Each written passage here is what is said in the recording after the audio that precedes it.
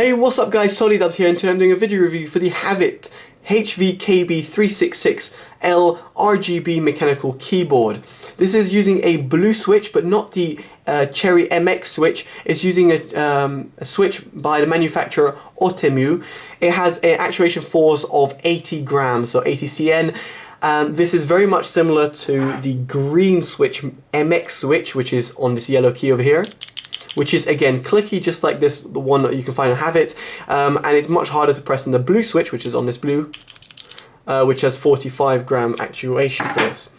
So in terms of pricing availability, it can be found for £70 on Amazon.co.uk, and it can be found for slightly cheaper on Amazon.com for $90, which is the equivalent of £58. So very much better for US residents out there. I should also mention this has a US layout keyboard. So you can see the @ symbol over here. The pound is not the GBP pound, but it's the actual hashtag. And the enter key is small, it's not big. And you've got the bigger shift key. If people are not understanding what I'm trying to say, is basically you look at over here, it's my CMXT. You can see you've got a big enter key, and you've got the pound as in the GBP pound symbol over here with a small shift key. So this is UK layout and this is US layout. Now within the packaging you've got a manual, and which I'll go through, and you've got the keyboard itself, and that's it. At its price tag, I don't really expect that much to be included, but a key puller would have been nice to have included just for cleaning purposes. Now, the keyboard itself is terminated by a gold-plated USB, which is USB 2.0. You can plug into 3.0 if you want. It's a grey cable with a braid, which is braided as well, which is really nice, and it fits the theme of the keyboard quite well. Now, before plugging it in, I just want to go through several things of the keyboard, especially the build quality. The build quality is definitely one of the best keyboards I've ever come across, especially at its price tag. Now, you can find £200, £300 keyboards which are made out of metal, and they look absolutely amazing, but this one is £70 and is built out of metal. It's fully metallic build, is sensational. It's not plastic, it's genuine metal, and you can really feel the weight. This keyboard is pretty much triple, quadruple the weight in comparison to my CMXT over here, and it's a huge difference. This is plastic, and yes, it's been finished with a Lamborghini paint coat on top, but it is plastic underneath, whereas this is metal. So I really like the build quality on this. It's really solid, and considering its price tag, it's extremely impressive. Now, the keyboard has numlock, caps lock, and win lock key indicators over here on the top right. It hasn't got any dedicated media keys. It has got a few other functions which I'll show you once I plug in the keyboard. At the back, it's got the keyboard risers, which are nice to have, especially the fact that they've got a little rubber bit at the end, but it's a shame they're quite small because they feel a little bit weak. At the bottom you've got a little rubber bit over here, which is good for non-slip purposes, and just to finish off the look of the keyboard, you've got like a blue little side on each of the corners, which gives it a nice little kind of look. It's nothing special, but it's a nice little look, just to add it on top, which fits well with the switch. Now let's just talk about a little bit about the switch. Now the switch itself, as I said, is made by a manufacturer called Otemu. Hopefully I'm saying that right. I will link down in the description below the specs. You can see it has got a blue stem, and it's got the Cherry MX stem, so you can put custom keycaps on it if you so wish. And at the top of the switch, you've got the little LED. I'm just going to try and, with one hand, try and plug in this USB so you guys can actually see the LED being lit. So hopefully, there we go, plug that in, there we go. So you've got the color, the LED over here, which can be customized, which I'll go into in a little bit. So you can see how it illuminates the whole switch because it's see-through, and it looks quite nice if you ask me. Now, talking about the switches and the actual keyboard itself, and I'm going to actually just quickly talk about the features of the keyboard before doing that. But I should mention that the keycaps themselves are kind of light. They're not quite as well built as the CMXT, for example, which are nice and thick plastic. They remind me of like a hybrid between the CMXT and the G710 Plus, the Logitech G710 Plus, which I've got in the background over here. Again, custom painted with Lamborghini paint, but the keycap reminds me in terms of weight of the Logitech G710 Plus. Putting that away, and putting the keycap back. And you can see, yes, they don't have any O-rings, but you can put any O-rings on it to reduce that noise, because obviously in an office environment, this keyboard is going to be very loud.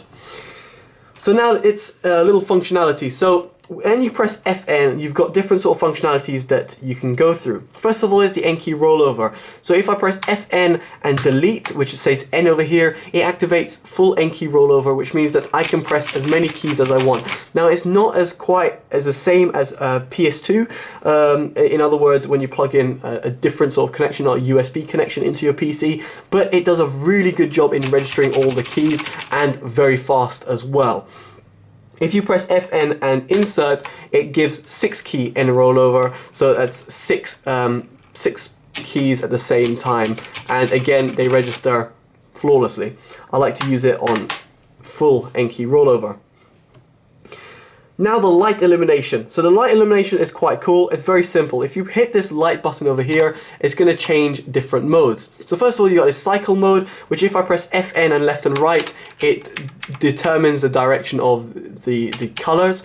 If I press light switch again, FN, sorry, and light, it's going to go into pulsating mode. If I press FN again, it goes into single mode. So in a single mode, I can change the colors again, you can see over here, and my personal favorite is the white color, which is here. And again, if I press FN and up, it'll do the illumination. And yes, you can see you can turn off the illumination completely.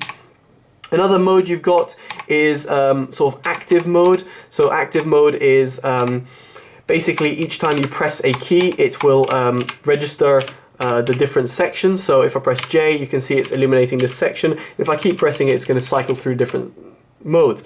If I type, you can see how the keyboard is constantly changing. It's not very super responsive in terms of how the illuminations are working, but it does work and you can see it there.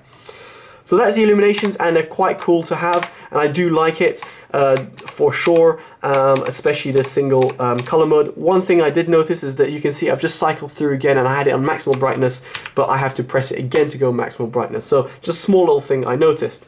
Finally, the FN key and Windows gives you a win lock, which is brilliant, and it's illuminated over here on the top right to tell you I am in win lock mode. And then I do FN and Win to disable it. So very simple, very nice to use. Now let's go into the switch. Now what I'm going to do, I'm going to go quiet and I'm going to start typing. So I'm just bring the camera down just a little bit so you guys can hear it. And I'm going to just type.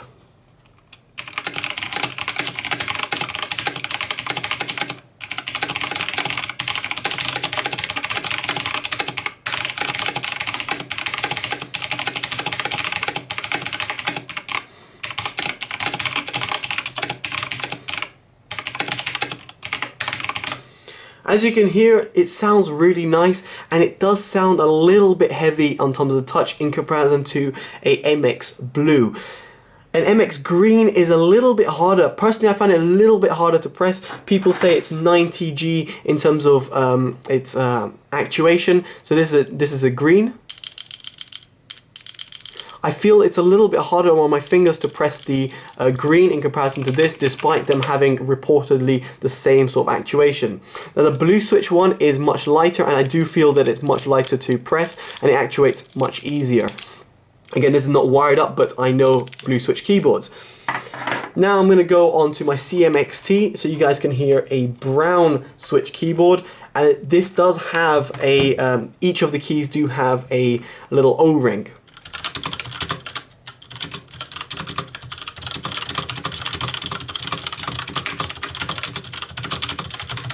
Now the reason I wanted to just for you to hear the difference is not the switch itself, but the actual pressing of the buttons, of how it affects the overall sound of the keyboard.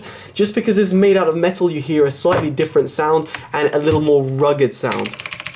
You can, as you can hear, it resonates a little bit differently. Anyway, in terms of the sound, it is a loud keyboard, so do bear that in mind. If you're going to be silently gaming or whatever it is, silently typing, or in an office environment, do bear that in mind because it's a loud keyboard. So the switches themselves, I like. They're a little bit hard to press, but they're loud, so it just depends. Personally, I don't like blue switches that much. If I like blue switches, it's the genuine MX Blue switch, which is nice and light to press. Other than that, it's personal preference. Alright guys, I definitely do suggest you guys check this out. In terms of £70 for what it offers is absolutely fantastic. Its build quality is definitely the biggest talking point over here because it's fantastic. Alright guys, well I've been Totally Dubbed. I did enjoy reviewing this keyboard. If you liked it as well, make sure you like, comment, subscribe, favourite and share, all that good stuff. Alright guys, Totally Dubbed out. Bye bye.